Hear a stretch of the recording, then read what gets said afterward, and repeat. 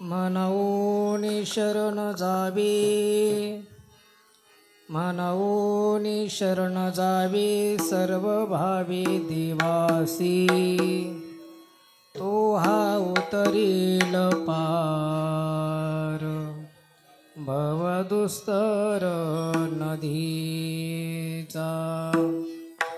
बहु आहे करुणावंत अनंत हे नामजा, तो हा उतरेल पार भवदुस्तर नदीचा। तुका म्हणे साक्षी आले, तरी केले प्रगट, तो हा उतरेल पार भवदुस्तर नदीचा। विठ्ठल विठ्ठल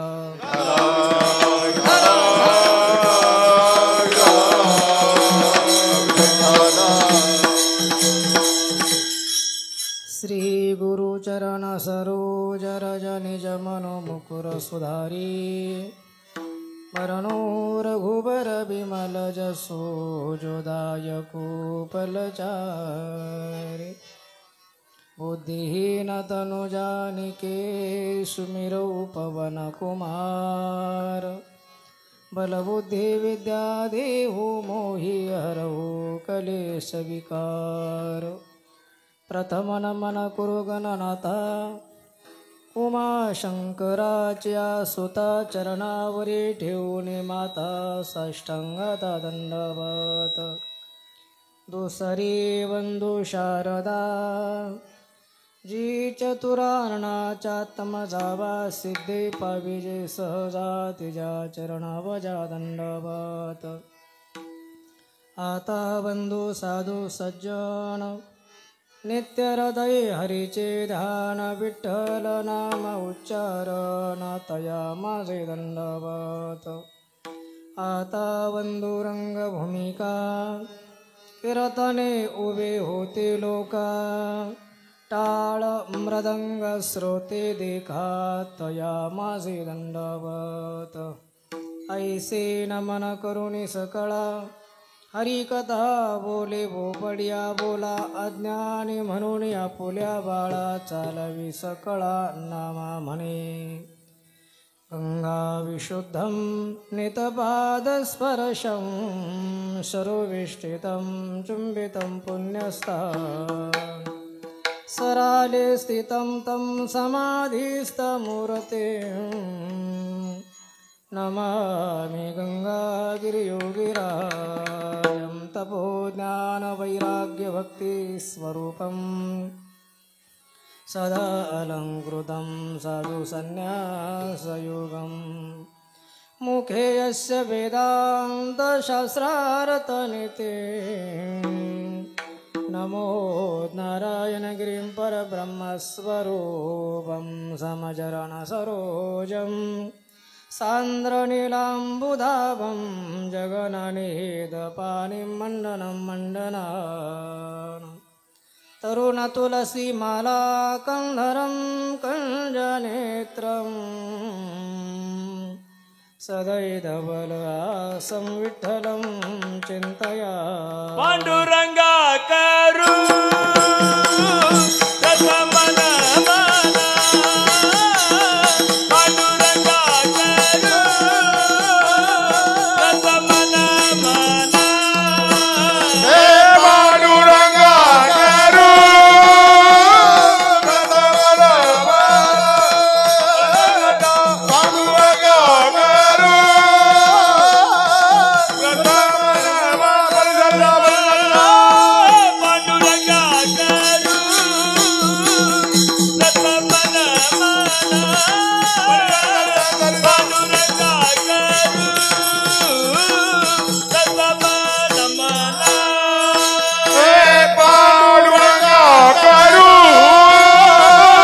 रसमन मना पांडुरंगा करू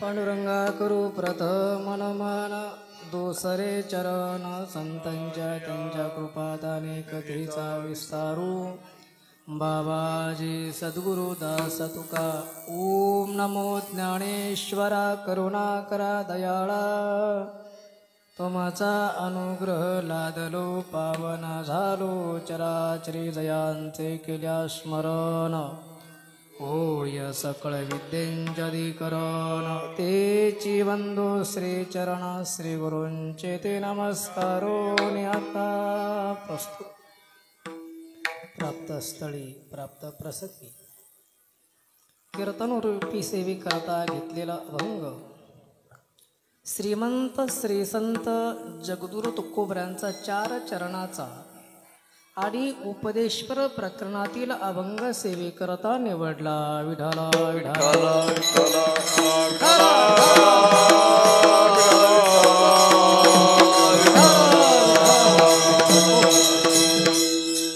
या अभंगातून जगद्गुरु तुकोबराय तुम्हा आम्हाला यच्च यावत जन्माला आलेल्या प्रत्येक जीवाला सांगतात की बाबांनो त्या परमात्म्याला भगवंताला शरण जा म्हणून शरण जावे देवाला शरण जायचं, पण कसं जायचं? सर्व भावानं, भावयुक्त अंतकरणानं, सर्व भावी. त्या भगवंताला शरण का जायचं? त्या संसारातील आत्यंतिक दुःखाची निवृत्ती आणि भगवत प्राप्ती करून घेण्याकरता, परमात्म सुखाची प्राप्ती करून घेण्याकरता त्या भगवंताला, परमात्म्याला शरण जा. म्हणून एक शरण जावे सर्व भावे देवासी. महाराज, आम्ही त्या परमात्म्याला शरण गेलो. काय करील तो परमात्मा? तो परमात्मा या संसार समुद्रातून तुम्हाला पार करेल. तो हा उतरील पार भव दुस्तर नदीचा. भव नाम संसार, या संसारूपी नदीतून तो परमात्मा तुम्हाला पार करेल. महाराज, तो भगवान परमात्मा आम्हाला पार करेल, पण काय म्हणून पार करेल? महाराज सांगता, तो भगवान परमात्मा करुणाघन आहे. तो भगवान परमात्मा भक्त वत्सल आहे. भगवान परमात्मा करुणाघन आहे. करुणा आहे त्या परमात्म्याजवळ. बहु आहे करुणावंत. पण महाराज, तुम्ही सांगता त्या देवाला शरण जायचं, पण नेमकं कोणत्या देवाला शरण जायचं? कारण अनेक देव आहेत. महाराज सांगतात त्या भगवंताचं नाव विचारतात समाज की भगवंताचं नाव काय? तर तुकोबराय भगवंताचं नाव सांगतात. बहु आहे करुणावंत अनंत हे नाम जा. अनंत हे त्या भगवंताचं नाम आहे. आणि असा जो असणारा भगवान परमात्मा आहे, त्या परमात्म्याला शरण जा. तुकोबराय तुम्ही सांगताय आम्हाला त्या परमात्म्याला शरण जा, पण तुम्हाला याचा काही अनुभव? तुकोबराय सांगतात, मी स्वतः अनुभव घेतला. मी अनुभव घेतला आणि तो अनुभव जगासमोर सांगतोय. तू का म्हणे साक्षी आले तरी केले प्रगट. काय करील तो? तो हा उतरील पार भव दुस्तर नदीचा. विठ्ठल विठ्ठल विठ्ठल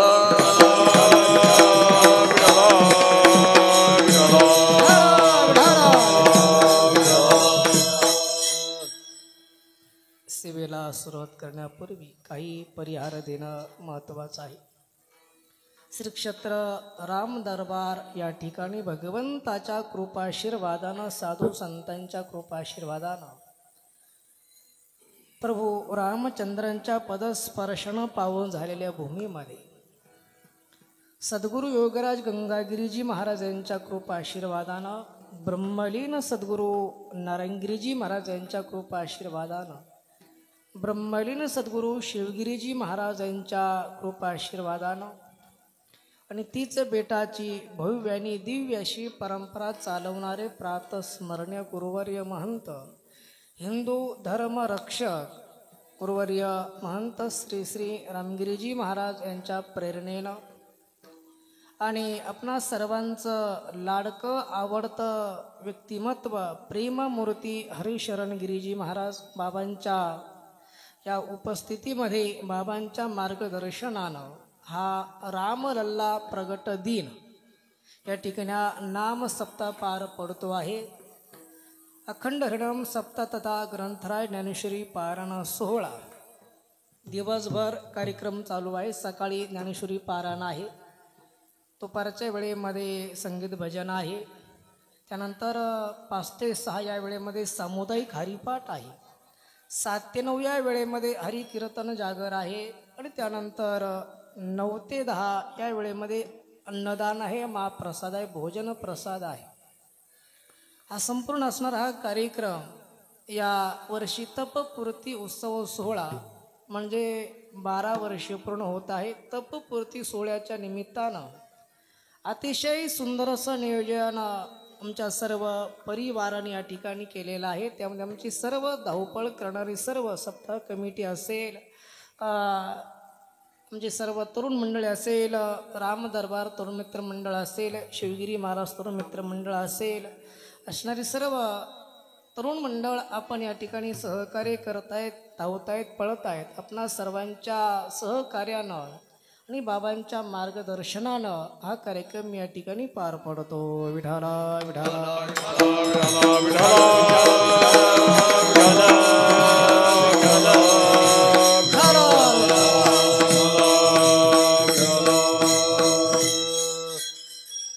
दुसऱ्या दिवशी आपल्या सप्ताहामध्ये गुरुवर्य महंत रामगिरीजी बाबांची सुद्धा भेट या ठिकाणी झाली. बाबांच्या पदस्पर्शानं पावन झालेली भूमी आहेत. त्यानंतर देवगड संस्थानचे प्रकाशानंद गिरीजी बाबा यांचंही गोड असं कीर्तन आपण या ठिकाणी श्रवण केले. संत महंतांच्या कृपाशीर्वादानं सर्वांच्या सहकार्यानं हा कार्यक्रम या ठिकाणी पार पडतोय. सर्वांचं सहकार्य या ठिकाणी आहे. कारण सप्ताह म्हटलं की एकट्याचं काम नाही. नोवे एकट्याचा खेळ म्हणून मेळ मेळविना सर्व पंचकृषीतील असणारी सर्व पंचकृषी असेल सप्तकृषी असेल या सर्वांचं भाविकांचं असलेलं योगदान त्यामध्ये बाजाठाण असेल नवीन बाजाठाण असेल पलीकडं गोगरगाव असेल वक्ती पानवी असेल पलीकडे देवगाव असेल चेंडूफळ असेल पलीकडून कमालपूर असेल भामाठाण असेल अवलगाव अमरापूर असणारी सर्व जातेगाव असेल एलमोस्ते असेल सर्वच परिसरातील सर्व पिरवाडी असेल या भामाठाण असेल सर्वांचं सहकार्य आणि सर्वांच्या सहकार्यानं हा कार्यक्रम या ठिकाणी पार पडतो आहे. विठाला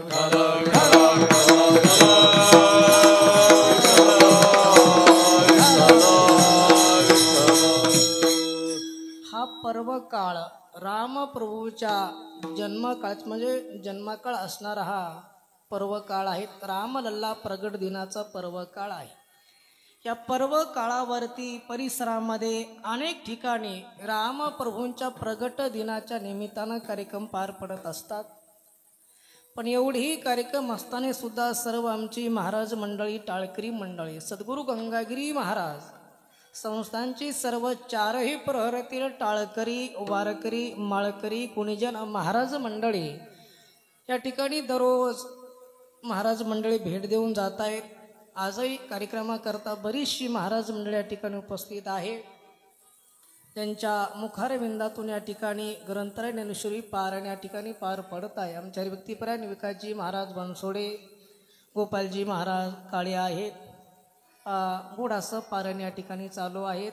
त्यानंतर 2 दिवसापासून ज्यांच्या ठिकाणी उपस्थिती आहे हरिभक्ती आमचे गोवर्धनगिरीजी महाराज बाबा या ठिकाणी उपस्थित आहे. आज कार्यक्रमाकरता गुणीजन सर्व महाराज मंडळी त्यामध्ये दुसऱ्या दिवशी ज्यांची या ठिकाणी सेवा झाली आमचे पांडुरंगजी महाराज चामे आजही या ठिकाणी उपस्थित आहे. 2 दिवसापूर्वी या ठिकाणी उपस्थित होते. त्याचप्रमाणे भजन सम्राट आमचे हिनकरांना या ठिकाणी उपस्थित आहेत. पैठणकर आमचे सोमनाथजी महाराज या ठिकाणी उपस्थित आहेत. बगडी ममदापूरवरून आमचे हरिभक्ती परायण मळू महाराज या ठिकाणी उपस्थित आहेत. त्यांना धन्यवाद आहे. गावातील सर्वच भजनी मंडळी सर्वांचा नामनिर्देश सर्व भजनी मंडळी उपस्थित आहे. इकडने सर्व असणारी भजनी मंडळी पिणेकरी महाराज असेल सर्व पाणवीकर सर्व भजनी मंडळी असेल ज्यांनी गोड अशी प्राथमिक चाल ज्यांनी गायली. कोणत्या रागात होती? देश. कारण देश विदेशातून या ठिकाणी सर्वच माणसं आहेत. देश रागातील आमचे अप्पा महाराज कलापुरे गोड अशी चाल गायली. त्यांना धन्यवाद आहे. शरदभाऊ आहेत पिंटूभाऊ आहेत पाणवीकर सर्व मंडळी आहेत. जातेगावकर आमचे जोशीन पाटील आहेत. कोणीकोरीकर आमचे रघुभाऊ असतील सर्व भजनी मंडळी असतील.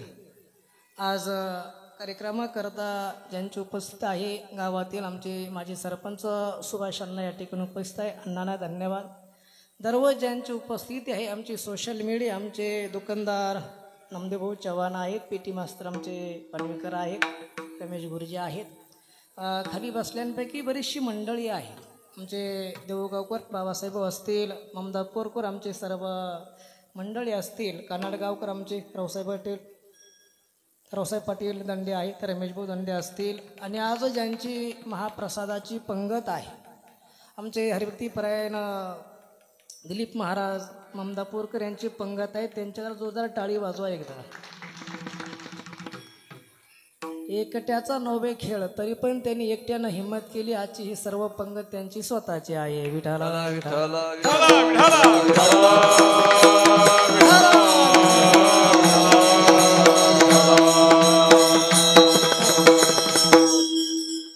चुलते आमचे कैलासप्पा या ठिकाणी आहेत. त्याचप्रमाणे संदीप भाऊ वाडे असतील, संदीप भाऊ तुपे असतील, त्याचप्रमाणे मांजूर आमचे कनशेभाऊ आहेत. घोगरगाववरून आमचे जालभाऊ पठारे या ठिकाणी उपस्थित आहे. अनु पाटील असतील, सर्वच मंडळी या ठिकाणी आहेत. खाली बसल्यानंपैकी बरीचशी मंडळी आहेत. चेंडूपळशी बरीचशी मंडळी आहेत. आमचे भाऊसाहेब पाटील या ठिकाणी उपस्थित आहेत. नागामटावनचे तांबे पाटील आहेत. एलमोस आमचे बाळूभाऊ आहेत. देवगाव आमचे पत्रकार या ठिकाणी उपस्थित बाळासाहेब भाऊ आहेत. भामाठाणवरून आपल्याला ज्यांचा कीर्तनानंतर शेवटी एक शेर ऐकायचे आमचे डेप्युटी आहेत, त्यांना धन्यवाद आहे. आणि कार्यक्रमाचं लाईव्ह प्रक्षेपण आपण या ठिकाणी चालू आहेत. आमचे अरुण भाऊ कोरोठी या ठिकाणी उपस्थित आहे. त्यानंतर कोळघरकर आमची बरीचशी मंडळी या ठिकाणी उपस्थित आहे. निखिल दादा पकवाजवरती सुंदर साथ करत आहेत. बरीचशी मंडळी आहेत. भामटो आमचे राजूभाऊ असतील, विजूभाऊ असतील, त्याचप्रमाणे नंदूभाऊ असतील, बाळासाहेब भाऊ मेगळे असतील, गणेशदादा असतील, अवशरामभाऊ असतील, बरीचशी मंडळी आहेत. राजू सर असतील, गणेशदादा आहेत, राहुलदादा पटारे आहेत, बरीचशी मंडळी. आपणा सर्वांच्या चरणावरती नतमस्तक होतो. पानवीकर आमची बरीचशी मंडळी आहेत. त्याचप्रमाणे कापूस वाडगावकर आमचे मेगळे आमचा परिवार आहेत. कापूस वाडगावकर त्यांनाही धन्यवाद आहे. बरीचशी मंडळी या ठिकाणी उपस्थित आहे. सर्वांच्या चरणावरती महिला मंडळ, पुरुष वर्ग आणि कार्यक्रमी सुंदर शोभा वाढवले आमचे चोपदार आहेत. त्यामध्ये आमचे औठीभाऊ असतील किंवा आमचे कुरकुटी महाराज असतील आणि गोड असणारी संशिष्टीम, आपल्यालाही धन्यवाद आहे. तसं तर मंडपमध्ये आवाज चांगला देता येत नाही, पण तरीसुद्धा अतिशय सुंदरसा आवाज या ठिकाणी देत आहेत. आपल्याला धन्यवाद. विठाला विठाला विठाला विठाला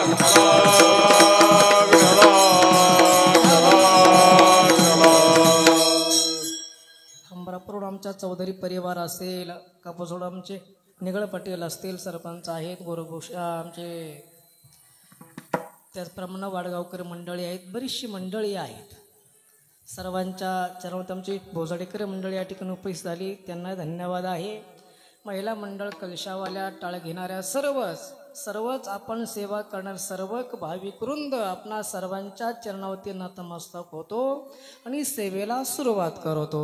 मस्तक ये पायावरी, मस्तक ये पायावरी, मस्तक ये पायावरी, मस्तक ये पायावरी. वार करे संताच्या या, वार करे संताच्या, वार करे संताचा, वार करे संताचा, वार करे संताचा, वार करे संता. मस्तक ये पायावरी, या वार करे संताच्या, या वार करे संताच्या, वार करे संताच्या.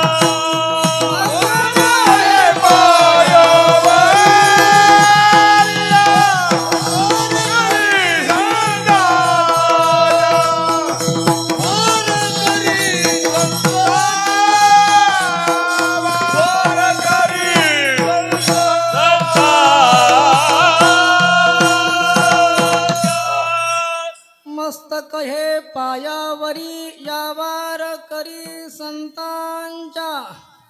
या ठिकाणी सुंदरसं कार्यक्रमाचं नियोजन प्रकाशानंद गिरीजी महाराज त्या दिवशी बोलता बोलता बोलून गेले. या ठिकाणी जंगल आहे, पण या जंगलमध्ये असं मंगल असं वातावरण या ठिकाणी बाबांनी या ठिकाणी केलं आहे. खरं तर एवढं करत असताना अनेक परिश्रम घ्यावा लागतात. कैलासप्पा, आपल्याला जर 2 पत्रे बदलायचे म्हटलं तर लवकर बदलावता येत नाही. आणि या जंगलामध्ये एवढं मोठं मंदिर, एवढं उभारणं याकरता तेवढे परिश्रम घ्यावं लागतात. नाहीतर काही लोक म्हणत असतात की महाराज तर 15 लाखाच्या गाडीमध्ये हिंडतात, परंतु रात्री 2-2 वाजता, कधी कधी 4-4 वाजता येण्याकरता ज्याचं मोठेपण असताना जया अंगी मोठेपण तया यातना कठीण, जावे त्याच्या वंशा कळे तेव्हा. विठाला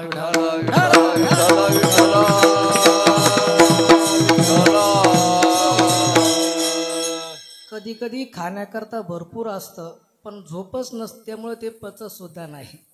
म्हणजे असणारी ही धावपळ आपल्या जीवनामध्ये सतत, बाबांच्या जीवनामध्ये सतत धावपळ आहे. हे परिश्रम करून एवढं मोठं या ठिकाणी आपल्याला दिसतंय, त्याच्या पाठीमागं असणारे परिश्रम आहे. आणि सर्वात जास्त धन्यवाद द्यायचे ते आमच्या शबरी मातेला. शबरी माता म्हणजे आमच्या पार्वती नानी ह्या शबरी माताच आहे.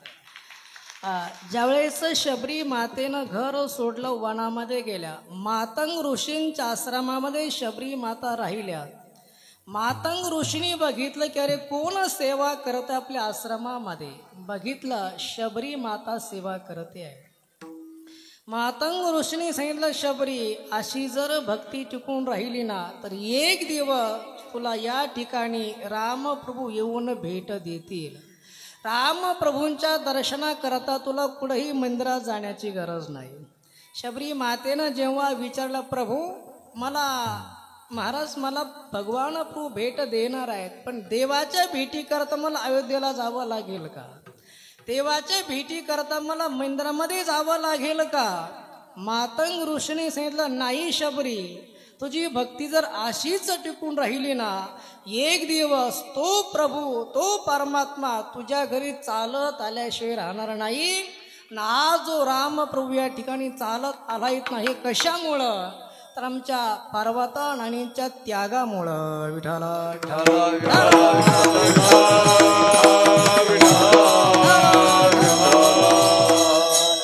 आता जीवनामध्ये त्याग महत्वाचा का संग्रह महत्वाचा आहे? अरुण भाऊ, जीवनामध्ये त्याग महत्वाचा का संग्रह महत्वाचा? गुरुवर्य रामगिरीजी महाराज कायम सांगत असतात, जीवनामध्ये त्याग महत्वाचा की संग्रह महत्वाचा?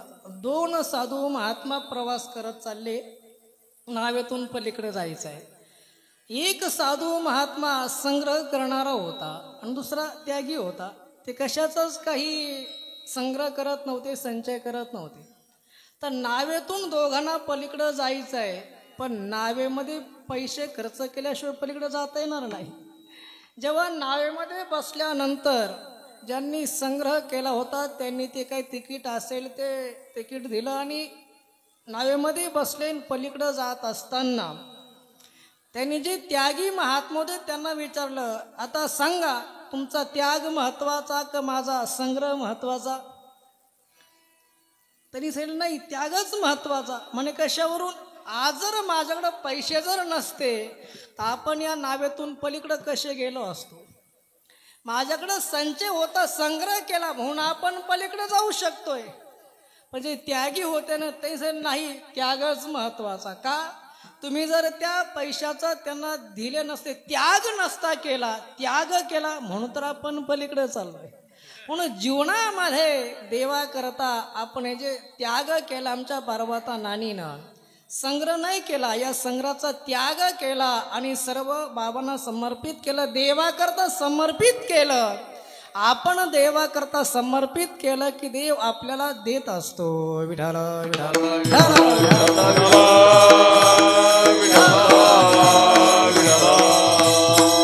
या ठिकाणी रामप्रभूंचं मंदिराची उभारणी झाली. रामप्रभू या ठिकाणी आले ते कशामुळं?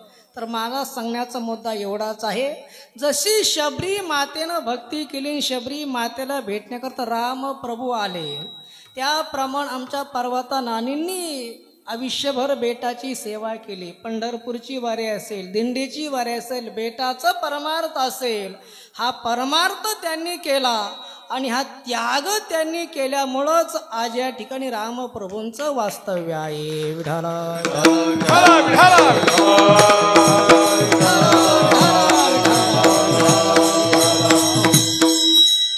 परमात्म्याचं मंदिर कशा करता, परमात्म्याची भक्ती कशा करता? काही म्हणतील महाराज मंदिर बांधून काय करायचं? मंदिर बांधून आपल्या जीवनाचा उद्धार जर करून घ्यायचा असेल, मनुष्य जीवनाची सार्थकता जर कशात असेल तर मनुष्य जीवनाची सार्थकता ही परमार्थानेच होणार आहे. मनुष्य जीवनाचं कल्याण जर कशात असेल तर ते भगवंताच्या प्राप्तीमध्ये मनुष्य जीवनाचं कल्याण आहे. हे मनुष्य जीवन आम्हाला मिळाले ते कशा करता? तर भगवंताचं भजन करण्याकरता, भगवंताची भक्ती करण्याकरता. जीवनामध्ये आपण पैसा किती कमावला त्यापेक्षा आपण जीवनामध्ये भगवंताच्या जवळ किती गेलो ना हे अतिशय महत्त्वाचं आहे. कारण आपल्या जीवनामध्ये भगवत भक्ती महत्त्वाची आहे. या ठिकाणी संपत्ती महत्त्वाची नसून या ठिकाणी भगवंताचं भजन महत्त्वाचं आहे. काय थोरपण चालावे ते काय थोरपण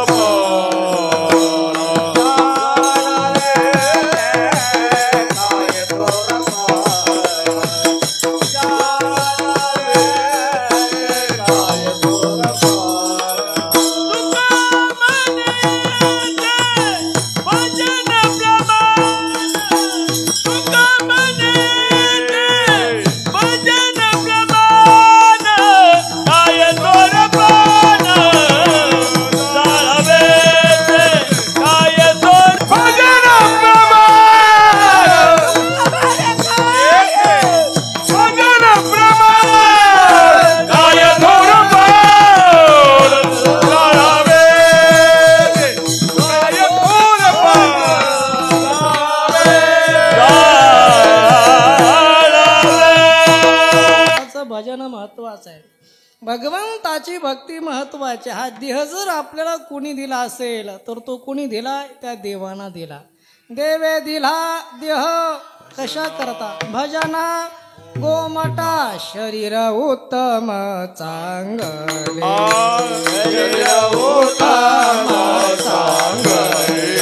शरीर भोगाचे घोसले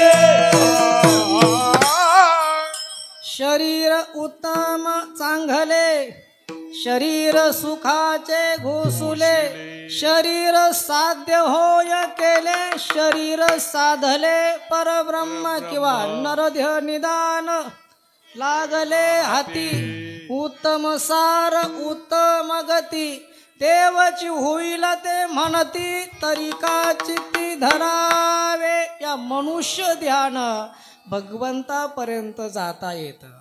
म्हणून जगद्गुरु तुकोबराय तुम्हा आम्हाला उपदेश करतात. विठ्ठल विठ्ठल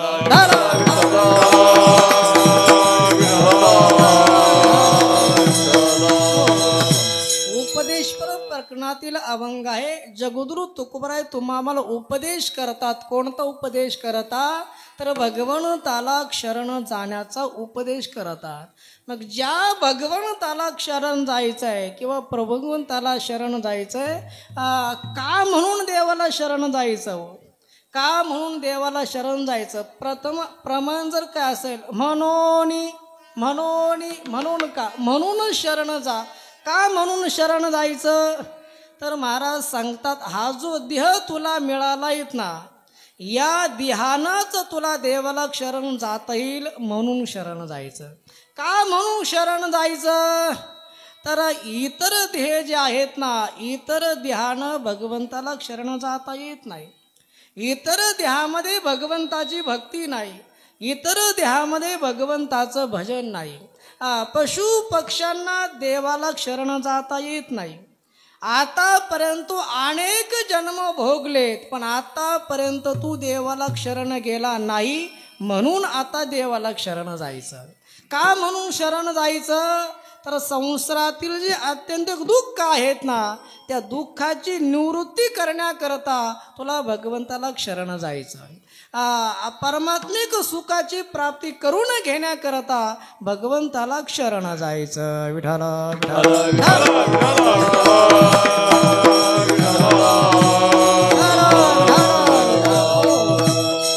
पण हा मनुष्य देह तुला पुन्हा मिळणार नाही म्हणून देवाला शरण जायचं. याच ध्यान भगवंताला शरण जातील म्हणून देवाला शरण जायचं. म्हणून जगद्गुरु तुकोबराय यच यावत जन्माला आलेल्या प्रत्येक जीवांना उपदेश करतात की बाबांनो त्या भगवंताला शरण जा.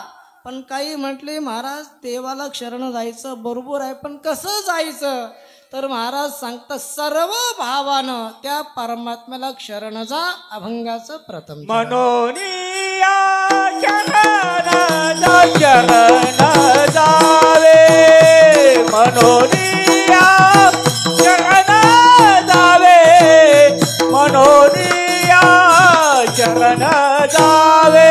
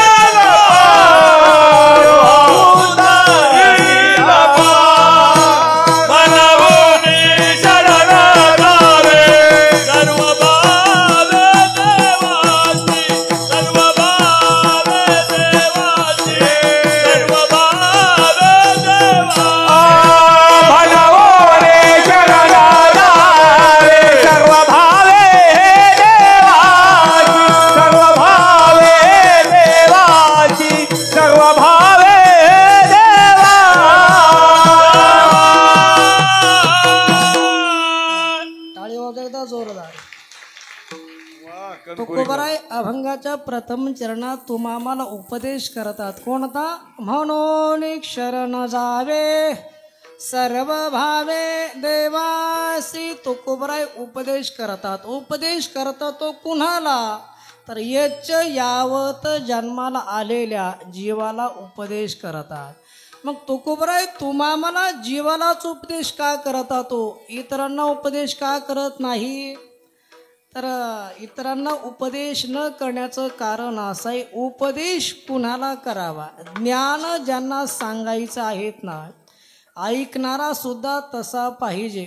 नाहीतर सांगणारा जर जो सांगणार आहे तो सांगणारा जर चांगला असेल पण तो ऐकणार जर व्यवस्थित नसेल किंवा त्याला जर देवाबद्दल विश्वास नसेल, श्रद्धा नसेल, तुकोबराय सांगतात की आशांना शरण जायला सांगा की जे देवाला मानतात, देवाला जाणतात. अशांना तुकोबराय सांगतात की देवाला शरण जा. जी देवाला मानत नाही किंवा जी देवाला जाणत नाही अशांना तुकोबराय शरण जायला सांगत नाही. उपदेश अशा लोकांना केला पाहिजे ऐकणाऱ्याच्या अंतःकरणामध्ये कळे पटेल, ऐकणाऱ्याच्या अंतःकरणामध्ये सांगणाऱ्याबद्दल प्रेम असलं पाहिजे. जर एखादा सांगत असेल आणि ऐकणाऱ्याच्या अंतःकरणात जर सांगणाऱ्याविषयी प्रेमच नसेल तर त्याचा परिणाम त्या ऐकणाऱ्यावरती होत नाही. कधी कधी असं होतं, सांगणारा जर चांगला असेल आणि ऐकणारा जर अनधिकारी असेल तर त्याचा उलट परिणाम कधी कधी सांगणाऱ्यावरच होतो. काय झालं बघा, ज्यांचा देवावरती विश्वास नाही, नाथ महाराज सांगतात की अशांना सांगण्याच्या भानगडीत पडूच नका. क्रोधी अविश्वासी त्यासी बोध कैचा, व्यर्थ आपुले वाचा शिणवू नये, व्यर्थ आपुले वाचा शिणवू नये, व्यर्थ आपुले वाचा शिणवू नये.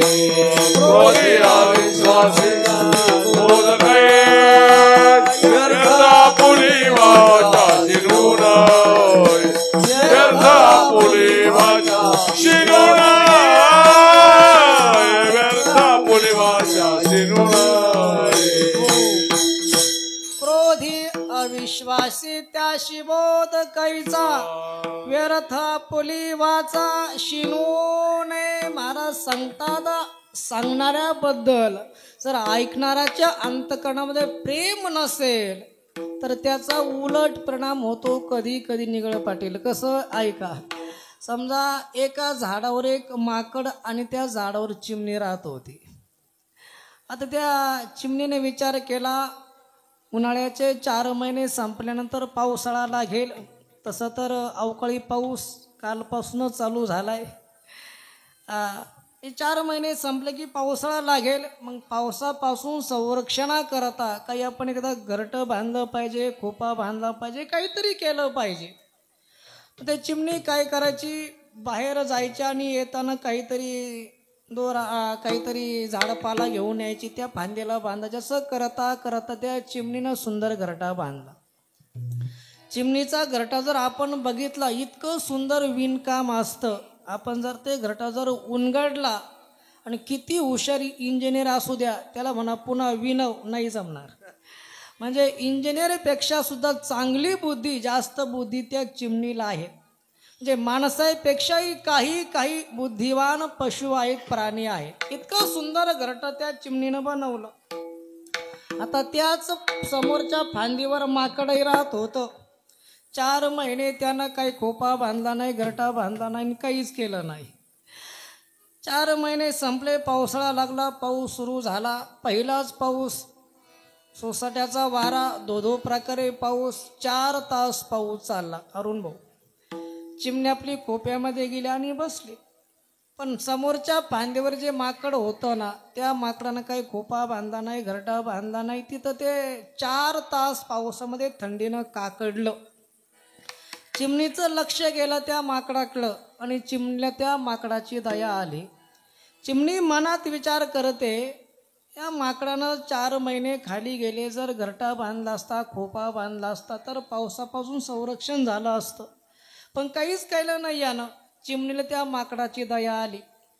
पाऊस बंद झाल्यानंतर चिमणी खोप्यातून बाहेर निघाली आणि त्या माकडाकडे गेली. आणि माकड दादा, अरे तुला माणसासारखे देवन हात दिले, माणसासारखे पाय दिले, हात दिया पाव दिया नर ऐशी काया. ती चिमणी उपदेश करते माकडाला. हात दिया पाव दिया नर ऐशी काया, इतने दिन खाली गया तूने घरटा ही नहीं बनाया. अरे एवढे दिवस खाली गेले, तू घरटं बांधलं नाही. जर तू घरटं बांधलं असतं तर तुझं संरक्षण झालं असतं. आता मी तुम्हाला असं विचारतो, ती चिमणी माकडाला उपदेश करते, हा चांगला आहे का वाईट आहे सुभाष भाऊ? चांगलाच आहे. पण चिमणीचं एक चुकलं, काय? माकडाला उपदेश करायला नको होता. आता उपदेश कोण करतं? चिमणी करते. कुणाला करते? माकडाला. पुन्हा विचारतो, उपदेश कोण करतं? चिमणी करते. कुणाला करते?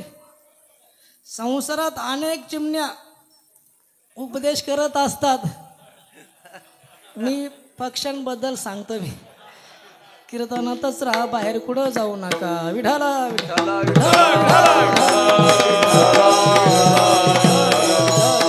सांगण्याचं तात्पर्य, त्या चिमणीच्या सांगितल्यावरून माकडानं घरटा तर बांधला नाहीच, पण ते चिमणीला बेघर करून ठेवलं. म्हणून महाराज सांगतात की ज्यांना विश्वास आहे, श्रद्धा आहेत ना, अशांनाच ज्ञान सांगण्याच्या भानगडीत पडा. ज्यांना ज्ञान नाही त्यांना ज्ञान सांगण्याच्या भानगडीत पडू नका. विठाला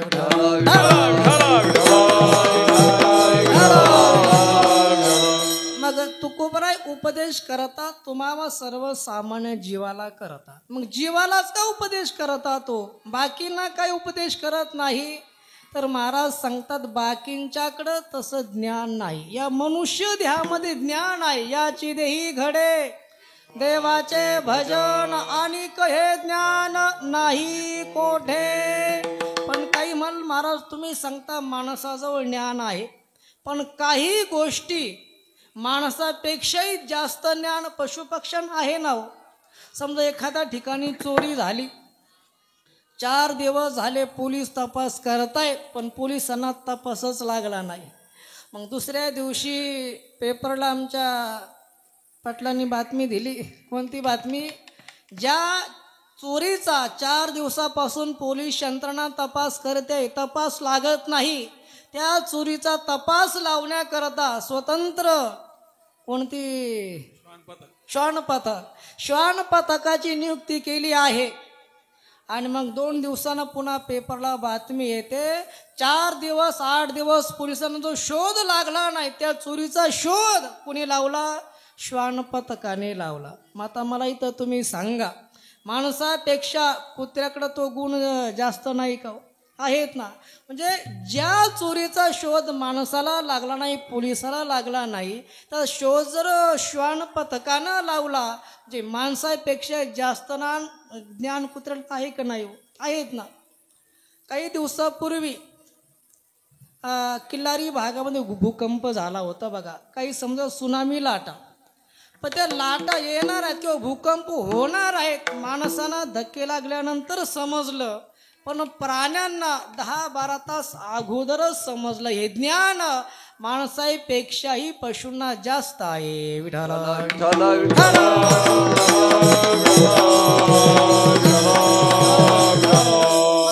तरी सुद्धा तुकोबराय माणसालाच उपदेश करतात. तर याचं कारण पशु पक्ष्यांना जरी इतर ज्ञान जरी असलं तरी भगवंतापर्यंत जाण्याचं ज्ञान इतर प्राण्यांमध्ये नाही, पशु पक्ष्यांमध्ये नाही.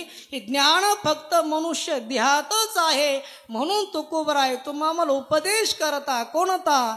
त्या भगवंताला शरण जा. पण का म्हणून शरण जायचं? तर संसार म्हणजे दुःख आहे ना. कोणतं? जन्माला येणं आणि मरण पुन्हा जन्माला येणं. जन्म मरणाचं दुःख आहेत ना, हे दुःख जर आपल्याला चुकवायचं असेल ते चुकवण्याकरता देवाला शरण जावं लागेल.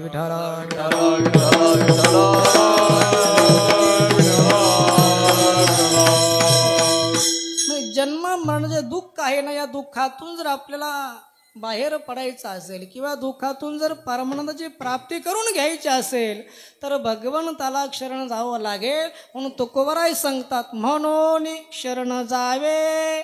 म्हणून शब्दाच्या अगोदर काहीतरी वाक्य आहे.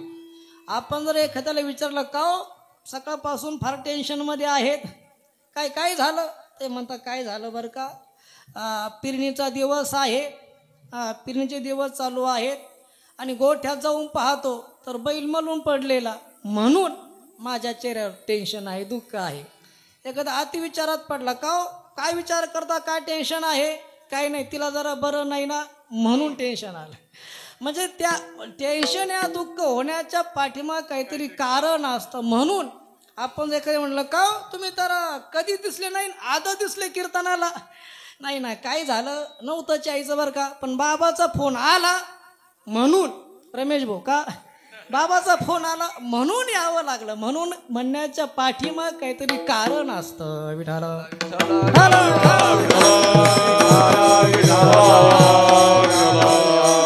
का म्हणून देवाला शरण जायचं? तर संसाराचे दुःख आहेत ना, त्या अत्यंत दुःखाची निवृत्ती करण्याकरता देवाला शरण जायचं. मग संसार दुःख कोणतं हो?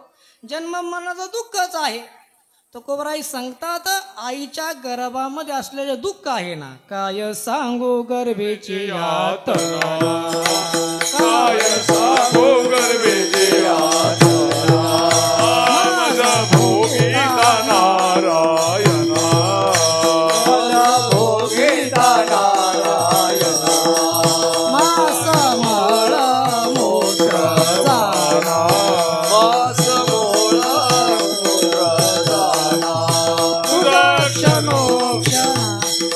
ह्यात से काय सांगू हो गरवेचे यातना काय सांगू गरवेचे यातना काय सांगू गरवेचे यातना काय सांगू गरवेचे यातना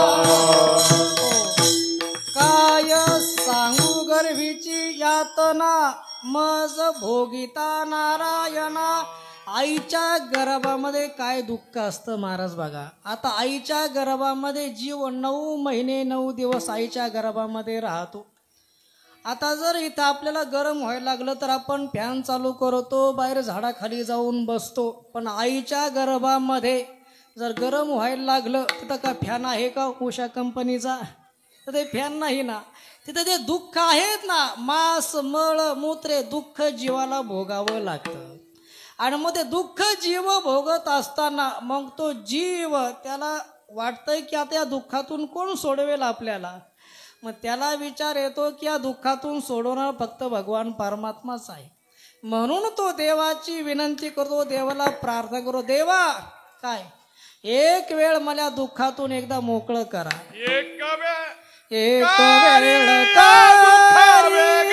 या दुःखा वेगळे एक वेळ कारी या दुःखा वेगळे एक वेळ कारी या दुःखा वेगळे एक वेळ कारी या दुःखा वेगळे दुरिताचे जाळे उगवून दुरिताचे जाळे उगवून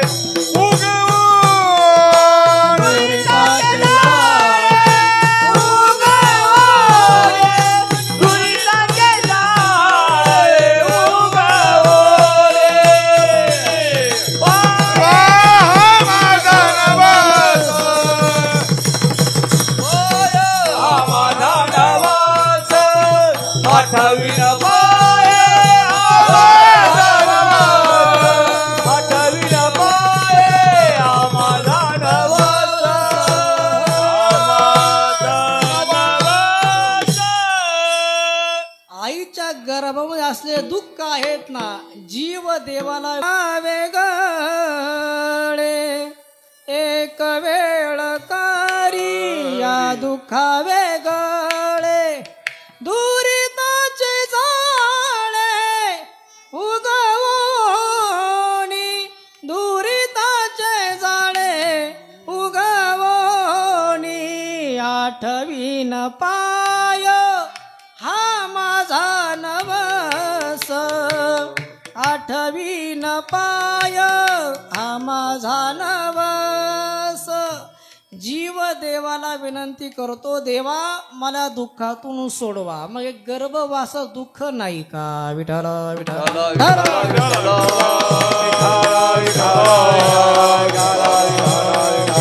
आईच्या गर्भामध्ये असलेलं दुःख आहे. मग आईच्या गर्भातून जन्माला येताना कमी दुःख आहे का? कधी कधी असाही प्रसंग येतो, मुलगा जन्माला येताना आडवा जन्माला येतो. निसर्गरित्या मुलाचा जन्म होत नाही. मग त्या पतीचे मालक पत्नीला उचलतात, दवाखान्यामध्ये ॲडमिट करतात. डॉक्टरने तपासला की डॉक्टर सांगतात, या बाईचे पती कोण आहेत? म्हटले मीच आहे. हे बघा म्हटले, निसर्गरित्या मुलाचा जन्म होत नाही. मुलगा आडवा जन्माला येतोय, आडवा आलाय, जन्म होत नाही मुलाचा निसर्गरित्या. मग तुम्हाला आता एकच मिळेल, एक तर मुलाची आई मिळेल, नाही तर तुम्हाला मुलगा मिळेल. जर मुलाला वाचवायचं असेल तर मुलाची आई मिळणार नाही. मुलाची आई पाहिजे असेल तर मुलाचे तुकडे तुकडे करून बाहेर काढावे लागतील. वेळ कमी आहे, लवकर निर्णय घ्या. तुम्हाला मुलगा पाहिजे की मुलाची आई पाहिजे? समजा आपल्या समोर असा प्रसंग आला तर आपण काय निर्णय घेऊ? बापू डेपुटी काय निर्णय घेऊ? समजा डॉक्टरांनी जर सांगितलं तुम्हाला मुलगा पाहिजे की मुलाची आई पाहिजे, रोज बापू काय निर्णय घेऊ आपण? कोणी म्हणेल महाराज डॉक्टर साहेब मुलाचे तुकडे तुकडे करून काढा. पण मुलाच्या आईला वाचवा. समजा आपण असा निर्णय केला, योग्य निर्णय घेतला, मुलाचे तुकडे तुकडे करून काढा पण मुलाच्या आईला वाचवा. मी तुम्हाला असा प्रश्न विचारतोय, आपण जन्माला येताना जर हा प्रसंग आपल्या बापावरती आला असता, प्रत्येकानं आपल्या मनाशी विचार करा, हा प्रसंग जर आपल्या बापावरती आला असता, बापाने जर असा निर्णय घेतला असता की मुलाचे तुकडे तुकडे करून काढा पण मुलाच्या आईला वाचवा, तर आपण कीर्तनात दिसलो असतो का? आपण कीर्तनात दिसलोच नसतो. मग हे जे दुःख आहे ते कशाचं आहे? तर गर्भवासा दुःख आहे, जन्माला येण्याचं दुःख आहे. विठ्ठल विठ्ठल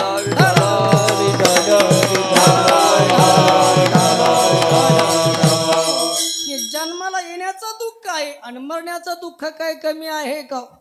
काय म्हणतील महाराज, काय दुःख आहे हो मरण्याचं? काय दुःख आहे मरण्याचं? मरण्याचं दुःख एखाद्याला मर म्हणा तरी त्याला सहन होत नाही. आपण फक्त असं म्हणे एखाद्याला, अहो तुम्ही फार दिवसापासून असेच दिसता, तुम्ही मरणार कधी हो? ते म्हणता, वा रे वा, तुम्ही आमच्या मरणावर टपले केला. म्हणजे मरणाचंही दुःख आहे. मरण कधी कधी काही काही माणसं असतात, देवाला प्रार्थना करा, देवा अरे कुठपर्यंत घेऊन जा मला. म्हणजे मरणाचंही दुःख आहे आणि जन्माचं दुःख आहे. पण हे जन्म मरण दुःख जर आपल्याला कोण चुकवेल किंवा जन्म मरण दुःखातून कोण सोडवेल, तर तो परमात्मा आपल्याला सोडवेल. म्हणून देवाला शरण जा. विठ्ठल विठ्ठल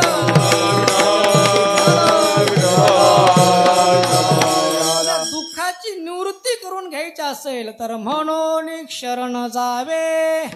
महाराज आले आमच्या लक्षात, जाऊ आम्ही देवाला शरण. पण का हो महाराज, नेमकं कोणत्या देवाला शरण जायचं?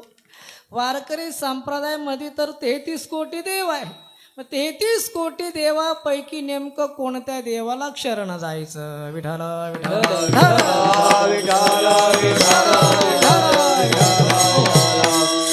अनेक देव आहेत, नेमकं कोणत्या देवाला शरण जायचं? काही तर शेंदरी येंदरी दैवते, शेंदरी येंदरी दैवते, कोणा पूजे भूते कोण पूजिती भूते के, आपुल्या पोटाले रडते, आपुल्या पोटाते रडते, सीते मागती अवदान,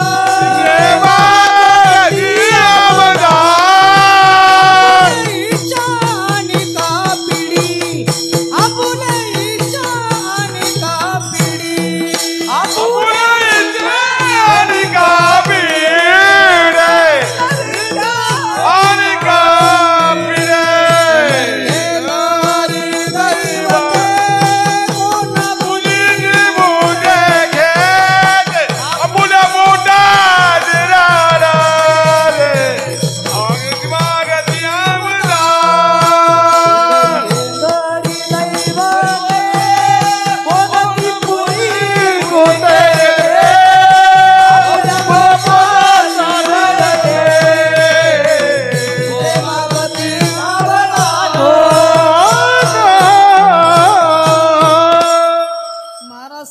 काही शेंदरी देव आहेत, काही हेंदरी देव. आता शेंदरी देव कोणते? आपणच निर्माण केलेले. समजा एखादी महिला असेल बघा, पाची वगैरे काय असते, त्याला पूजन करत जात असते. मग तेव्हा ती एकटी असते, काही लहान लहान मुली त्याच्याबरोबर असतात. ते पूजा करत जात असताना ती काय करते, चालता चालता रस्त्यानं देव गोळा करीत चालते. पायात चप्पल असते, चालता चालशे पाय, हे बघ हा एक देव घे, पुढे गेली, हा एक देव घे. असे ते देव मांडले तर हळदी कुंक वाहिले का तो झाला देव. हे कोणते देव? शेंदरी देव. म्हणजे आपण निर्माण केले देव. कधी कधी आपण शेतामध्ये जातो, मसुबा, आपण तिथं त्याला गंध लावला, हे शेंदूर लावला की झाला देव.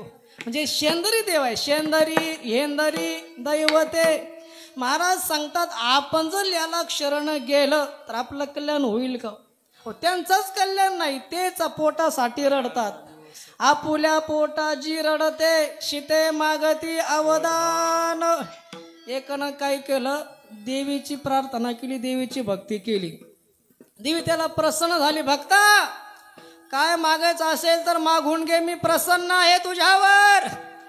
तो म्हणला आई मला एक काम कर, मला कणी घोडा पाहिजे, घोडा. आई म्हणले अरे भक्ता मीच गाढवावर बसेले, तुला घोडा कुठून देऊ. अशा जर देवाची आपण शरणागती केली, अशा देवाला शरण गेलं कल्याण होईल का? होणार नाही. मग महाराज तुम्ही सांगता देवाला शरण जायचं, पण नेमकं कोणत्या देवाला शरण जायचं? तर महाराज सांगता सगळ्या देवांचा देव जो आहेत ना, बळीया माझा पंढरीराव, तो हा देवाचाही देव. बळीया माझा पंढरीराव, तो हा देवाचाही देव. बळीया माझा पंढरा, तो हा देवाचाही देव. या देवाला शरण जा. विठाला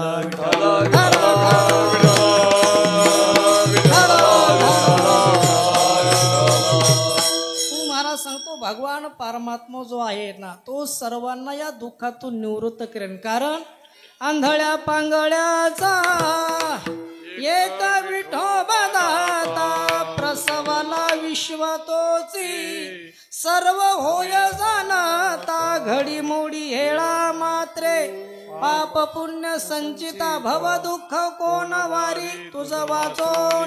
असा जो भगवान परमात्मा आहे ना, त्या देवाला शरण जा. लोक म्हटले महाराज आलंय आमच्या लक्षात, जाऊ त्या देवाला शरण. पण कसं जायचं? तर महाराज सांगतात सर्व भावाने शरण जावे. म्हणून शरण जावे सर्व भावे देवासी. आता भाव नाही असंही नाही, आपला भाव आहे, पण एका देवावरती आपला भाव नाही, श्रद्धा नाही. विठाला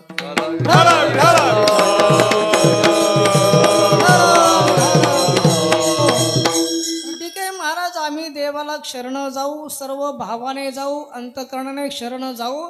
पण त्या देवाला जर शरण गेलं तर महाराज फायदा काय? कारण आजकाल प्रत्येक माणसं भक्ती करतात ना, फायद्याशिवाय भक्तीच नाही.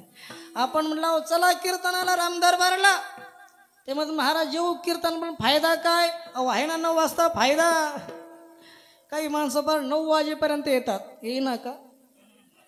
घरचे सर्व काम आटपून येतात हेच भाग्य आहे. विठाल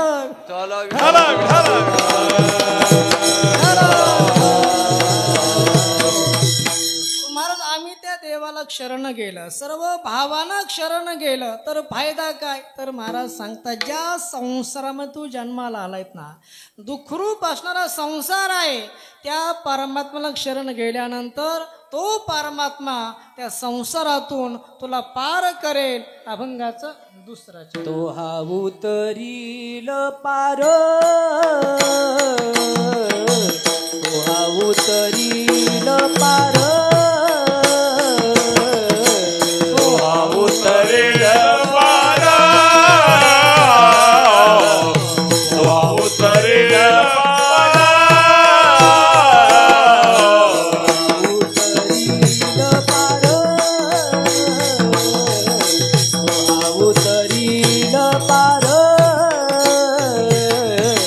तो हा उतरील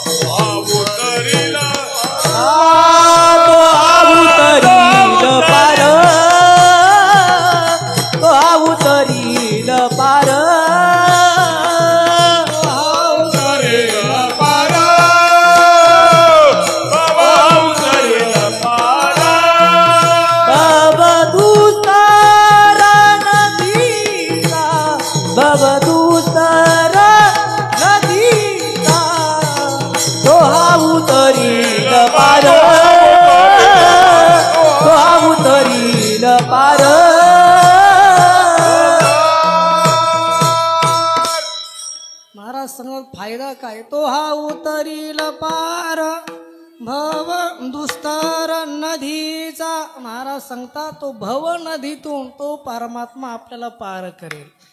एकन कीर्तनामध्ये असं ऐकलं, तो हा उतरेल पार भव दुस्तर नदीचा. तो म्हटले भव नदी कुठं आहे. तो घरी गेला आणि त्यानं नकाशा समोर घेतला. तो म्हटला त्याला गोदावरी दिसली, प्रवरा दिसली, अनेक इंद्रायणी दिसली, अनेक नद्या त्याला दिसल्या, पण भव नदीच त्याला दिसेना. तो म्हटला भव नदी नेमकं कोणत्या कोपऱ्यात आहे, कोणत्या राज्यात आहे, कुठं आहे आता ही भव नदी. भव नदी म्हणजे भव म्हणजे संसार, नदी म्हणजे संसाराला तुकोबरांनी नदीची उपमा दिली, संसाराला समुद्राची उपमा दिली. कारण काय हो समुद्राची उपमा देण्याचं कारण, आपण जर समुद्र बघितला विचारला का हो बघितला समुद्र, हो बघितला, केवढा आहे समुद्र, हो काय सांगावं. म्हणजे बघून सुद्धा समुद्र केवढा आहे सांगता येत नाही, तसं या संसार करून सुद्धा सांगता येत नाही दुःख किती आहे म्हणून. आता अनेकांपुढं अनेक दुःख आहे, अनेक चिंता आहे महाराज प्रत्येकाला. काही काही ना अनेक चिंता आहे. आता काही तर जरी बसलेत ना पण लक्ष बाहेरच आहे, पाऊस कधी येतो, बारदान टाकायला जायचं.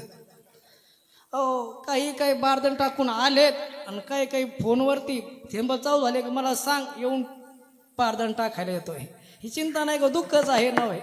हे संसार जो आहे तो दुःखाचा आहे. संसारामध्ये सर्व दुःखच आहे. दुःख बांधवडी आहे संसार, सुखाचा विचार नाही कोटी. तर संसारामध्ये दुःख नाही, चिंता नाही असा माणूसच नाही रे. प्रत्येकाकडे चिंता आहे ना.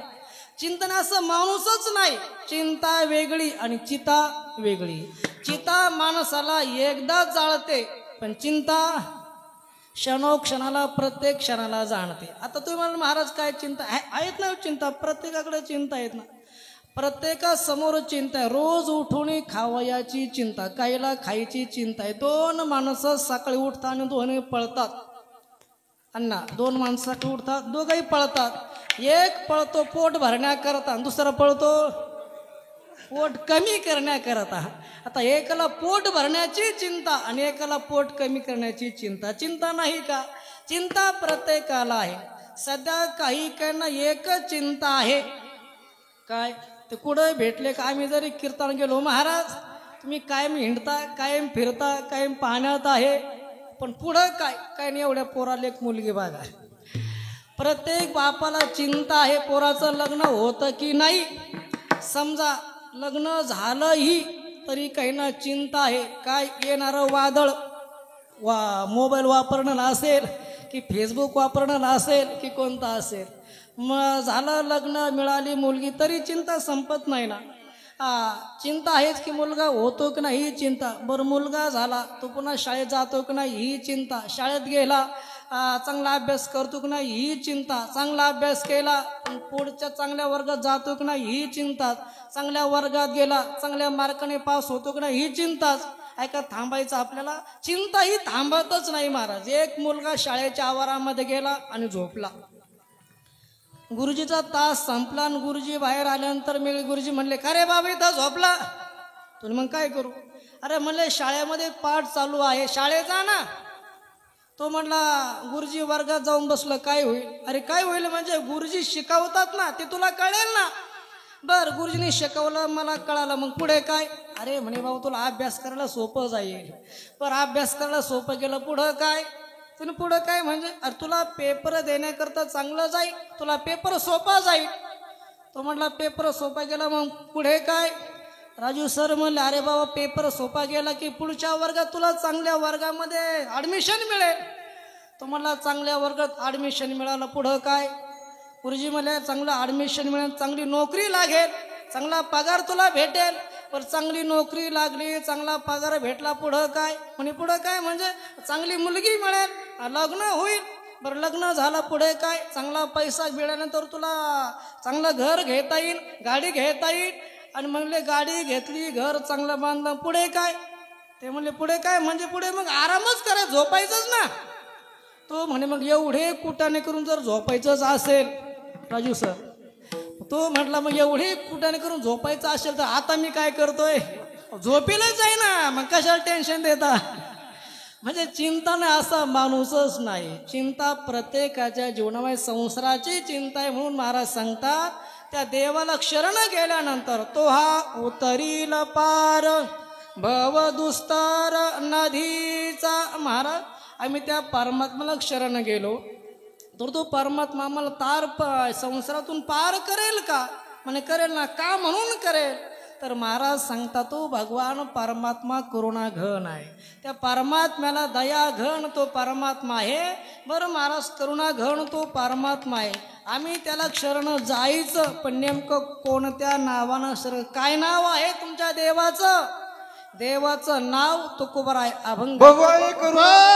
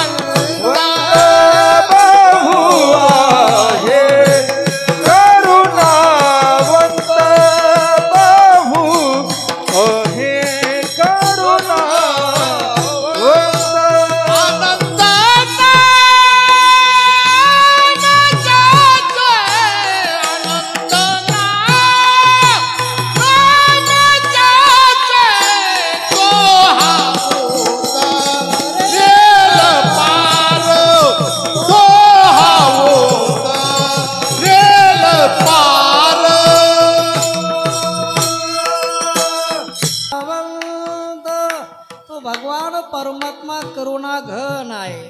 त्या परमात्म्यानं अनेकांच्या नौका पार केल्या. तो परमात्मा आपलीही नौका पार करेल. पण महाराज त्या देवाचं नाव काय? अनंत हे नामजा. त्या देवाचं नाव अनंत आहे आणि देवाचे नाव अनंत आहे. विष्णू सहस्रनाम आपण बघा, त्यामध्ये हजारो देवाची नाव आहेत. रामही तोच आहे, कृष्णही तोच आहे, बलराम तोच आहे, घनश्याम तोच आहे. तुम्ही कोणत्याही नावानं त्याला पुकारा. कोही कहे गोविंदा, कोही गोपाला, कोही कहे गोविंदा, कोही गोपाला.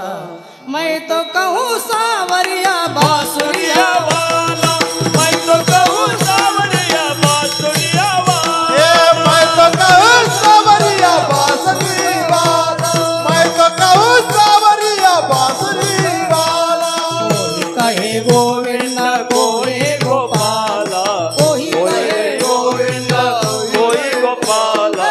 मैं तो कहूँ सावरिया बांसुरिया वाला, मैं तो कहूँ सावरिया बांसुरिया वाला, मैं तो कहूँ सावरिया बांसुरी वाला, मैं तो कहूँ सावरिया बांसुरी वाला. अनंत हे नामजा. अनंत त्या देवाला नाव आहे. तुम्ही कोणत्याही नावानं त्या देवाला पुकारा, तो देव आपल्यावर धावून येईन. छोटा प्रसंग सांगतो, थांबायचं आपल्याला. बघा काय झालं. एक भक्त आहे, त्या भक्तानं देवाचा धावा केला. साडूजी साडूजी साडूजी साडूजी. तो ब्राह्मण भक्त होता. भगवान परमात्मा प्रसन्न झाले आणि भगवान परम प्रगट झाले. त्याने विचारलं, अरे कोणतं नाव काढलं तू? साडू साडू म्हणजे नेमकं काय, कोणतं नाव आहे? तो म्हटला, देवा काय झालं, माझी पत्नी आणि तुमची पत्नी बहिणी आहेत ना. म्हणे कसं? लक्ष्मी तुमची पत्नी आणि दरिद्री माझी पत्नी. मग आपण कोण झालो? म्हणे साडू भाऊ. म्हणून मी साडूजी साडूजी तुमचं भजन केलं. आणि तुम्ही जर साडूजी नसते तुम्ही कशा करता आलात? मग देवाचं कोणतंही नाम घ्या, कोणत्याही नावानं त्याला पुकारा. बहु आहे करुणावंत, अनंत हे नाम जा. अनेकांचा उद्धार परमात्म्यानं केला. पण काव तुकोबराय, तुम्ही सांगता त्या भगवंताला शरण जा, त्याचं नाम पुकारा, धावून येईल. पण तुम्हाला काही अनुभव? तुकोबराय म्हटलं, मी स्वतः अनुभव घेतला. अनुभव आले अंगा ते या जगा देतसे. मला अनुभव आला, साक्ष आली आणि ती साक्ष तुकोबराय अभंगाच्या शेवटच्या चरणामध्ये तू का म्हणे साक्षी